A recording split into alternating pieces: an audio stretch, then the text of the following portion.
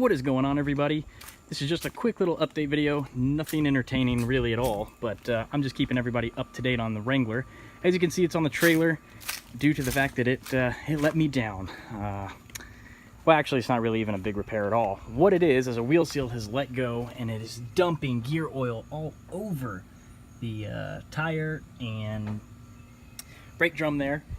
And due to the fact that I'm super slammed at work and I want this thing for a camping trip this weekend, a really good buddy of mine who owns a shop told me to bring it down. 100 bucks, he'll knock out the wheel seals and the wheel bearings, because I'm just going to go ahead and get that taken care of, because they're 160,000 miles and most of the stuff is all original.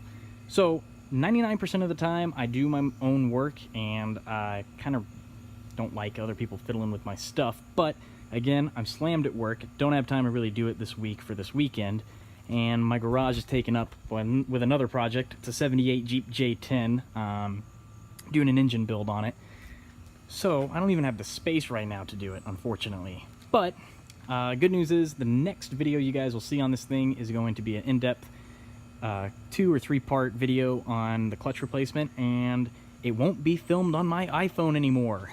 That's right, I'm actually going to invest a little bit of money and get a decent camera and some editing software and start making a little bit of a higher quality production. Even if nobody watches, I don't really even care. I'm just going to throw the videos up, and hopefully it'll keep some people entertained. So again, next video you guys are going to see is going to be the clutch replacement on the Wrangler, so I will see you guys on the next one.